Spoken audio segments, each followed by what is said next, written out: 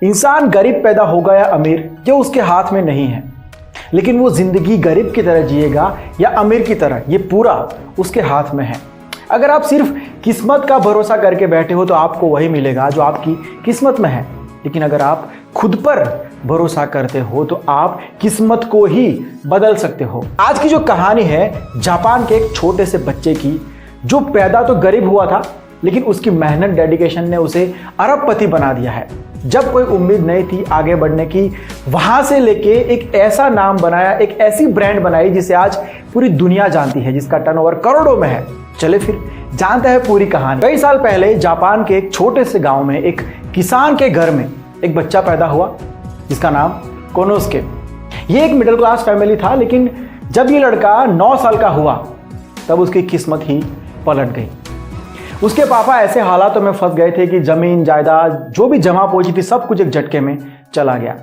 अब गुजारा करने के लिए उन्हें गांव से शहर आना पड़ा। पूरा परिवार काम की तलाश में और पेट भरने के लिए शहर में आ गया। जिसको जो भी काम मिला करना शुरू कर दिया। इस 9 साल के छोटे बच्चे ने भी काम करना शुरू कर दिया। उसने अपना बचपन, अपना पढ़ाई, सब कुछ सेक्रीफाइस कर दिया और काम करना शुरू किया। एक छोटी सी दुकान में मजदूरी का काम था। यहाँ उसे दुकान में जो काम करना था उसके साथ साथ और भी कई काम करने पड़ते थे, जैसे कि उसके मालिक के घर के काम, उनके बच्चों को रखना वगैरह वगैरह। लेकिन क्या करे, मजबूरी थी उसकी, तो उसने सब कुछ किया। इतनी मेहनत करने के बाद भी उसकी किस्मत नहीं चाहती थी कि सब कुछ अब ठीक हो जाए। उस दुकान का बिजनेस डाउन होने लगा तो उस मालिक ने उस 9 साल के लड़के को काम से निकाल दिया। वहां से निकलने के बाद कोनोसुके ने दूसरा काम ढूंढना शुरू कर दिया और आखिरकार उसको एक साइकिल की दुकान में दूसरी जॉब मिल भी गई। यहाँ पर साइकिल्स बेचने के साथ साथ और भी बहुत सारे काम होते थे, जैसे कि रिपेयरिंग, मेटल फैब्रिकेशन वगैरह। तो इस लड़के ने वो सब काम करना भी शुरू कर दिया। 5 साल उस दुकान में काम किया और 5 सालों के अंदर वो लड़का लेथ मशीन चलाना, टूल्स को यूज़ करना, सब कुछ बहुत अच्छे से सीख गया था। सारी टेक्निकल चीज़ें उसने सीख ली थी। अब उसकी एज हो गई थी 15 साल। उसके बाद उसने फिर से जॉब चेंज की। ओसाका इलेक्ट्रिक लाइट कंपनी में उसने अप्लाई किया, इंटरव्यू दिया और वहाँ पर भी उसको जॉब मिल गई। यहाँ भी लड़के ने दिल लगा के काम किया और इलेक्ट्रिकल नॉलेज पूरा गेन कर लिया। वो रोज कुछ ना कुछ नया सीखने की कोशिश करता था। जब तक वो 22 साल का हुआ तब तक उसने इतना नॉलेज गेन कर लिया था कि कंपनी ने उसको टेक्निकल इंस्पेक्टर बना दिया। उसके बाद उसने जॉब में से जो टाइम बचता था उसमें अपने खुद के एक्सपेरिमेंट्स करना शुरू कर दिया। लगातार मेहनत के बाद वो सफल भी हुआ। उसने एक इलेक्ट्रिकल सॉकेट बनाया और बड़ी खुशी के साथ अपने बॉस को दिखाया कि देखो बॉस, मैंने ये बनाया है। लेकिन बॉस ने कहा कि ये सब फालतू है, तो इसके ऊपर टाइम वेस्ट क्यों कर रहा है? तू जॉब पर ध्यान दे, मार्केट में ऐसी फालतू चीज़ें नहीं चलेगी, तुझे टाइम वेस्ट नहीं करना चाहिए। लेकिन कोनोसुके को अपने इस आविष्कार पर बहुत ही भरोसा था, तो उसने जॉब छोड़ने का फैसला किया। लेकिन पहले वो खुद के बिजनेस के लिए टीम बनाना चाहता था, तो दोस्तों से मिला। लेकिन दोस्तों ने भी कहा कि तू पागल हो गया है क्या? मतलब इतनी अच्छी जॉब छोड़ के तुझे बिजनेस करने की क्यों सोच रही है? और इतने एक्सपीरियंस तेरे बॉस ने जब कह दिया है कि ऐसी चीजें मार्केट में नहीं चलती है, तो फिर तू मान क्यों नहीं लेता है? तू क्या खुद को उनसे ज्यादा विद्वान समझता है, एक्सपीरियंस समझता है? लेकिन फिर भी ये लड़का कहता रहा कि मुझे भरोसा है अपनी प्रोडक्ट पर और ये प्रोडक्ट मार्केट में 100% चलेगी ही चलेगी।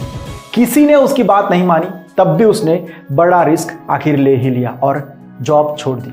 अपने भाई, बीवी और 2 वर्कर्स के साथ मिलकर अपनी एक टीम बनाई। जितना पैसा उसके पास पड़ा था सब कुछ इस बिजनेस में लगा दिया और घर के अंदर ही लाइट सॉकेट्स बनाना शुरू कर दिया, प्रोडक्शन शुरू कर दिया और खुद ही सब जगह पर जाकर उसे बेचने की कोशिश करने लगा। लेकिन मेहनत करने के बाद भी वो फेल रहा। ज्यादातर लोगों ने इस प्रोडक्ट को रिजेक्ट कर दिया।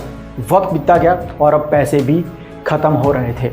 एक तरफ जॉब छोड़ दी थी, दूसरी तरफ जितने पैसे थे वो सारे इस बिजनेस में लगा दिए थे, चले गए थे। और तीसरा, अब उसकी बीवी भी थी, मतलब जिम्मेदारी डबल हो गई थी। जैसे ही पैसा खत्म हुआ तो वर्कर्स ने टीम छोड़ दी, वो लोग बाहर हो गए। अब सिर्फ उसकी बीवी, वो खुद और उसका भाई, सिर्फ 3 लोग मेहनत करते थे। बहुत कोशिश की लेकिन इतने ऑर्डर्स भी नहीं मिल रहे थे कि कम से कम उनका घर का खर्चा चल सके। आखिरकार उन्होंने घर के सामान को एक एक करके बेचना शुरू कर दिया। फिर भी बात नहीं बनी तो फिर लोगों से कर्ज लेना शुरू कर दिया। ऐसी जगह आकर फंस गए ये लोग कि दूर दूर तक कोई उम्मीद, कोई रास्ता नहीं दिखाई दे रहा था। वो रोज इस उम्मीद के साथ मार्केट में घूमना शुरू करता कि आज तो कोई खरीदेगा, लेकिन रोज वो फेल होकर घर लौटता।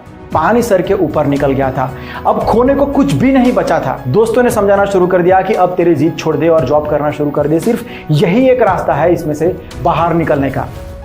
लेकिन वो आज भी यही कहता था कि मैंने इस प्रोडक्ट को बनाने में अपनी जान लगा दी है। मैं जानता हूं कि ये क्या चीज़ है, कोई फालतू प्रोडक्ट नहीं है ये। लोग एक दिन इस बात को समझेंगे और तब मेरा वक्त बदलेगा। और आखिरकार ऐसा हुआ भी। ना जाने कहां से एक बहुत ही बड़ा ऑर्डर मिला 1000 पीसीस बनाने का। एक प्यासे को जब बहुत दिनों के बाद पानी मिलता है तो वो पानी कैसे पीता है, बिल्कुल ऐसे ही उन्होंने उस ऑर्डर पर काम किया और उस दिन के बाद सच में उनकी किस्मत बदल गई। आज की बात करें तो आज इस कंपनी के अंदर लाखों एम्प्लॉयज काम करते हैं। आज ये एक ऐसी ब्रांड है जिसे पूरी दुनिया जानती है। ये कंपनी आज अरबों में कमाती है और उस कंपनी का नाम है पैनासोनिक। अब आप बताओ कि किसने बनाई ये कंपनी? किसी टॉपर ने बनाई? किसी बहुत पैसे वाले बंदे ने बनाई? किसी बिजनेसमैन के लड़के ने बनाई? किसी की किस्मत ने बनाई? नहीं, किसी की जिद ने बनाई, किसी की डेडिकेशन ने बनाई, किसी के भरोसे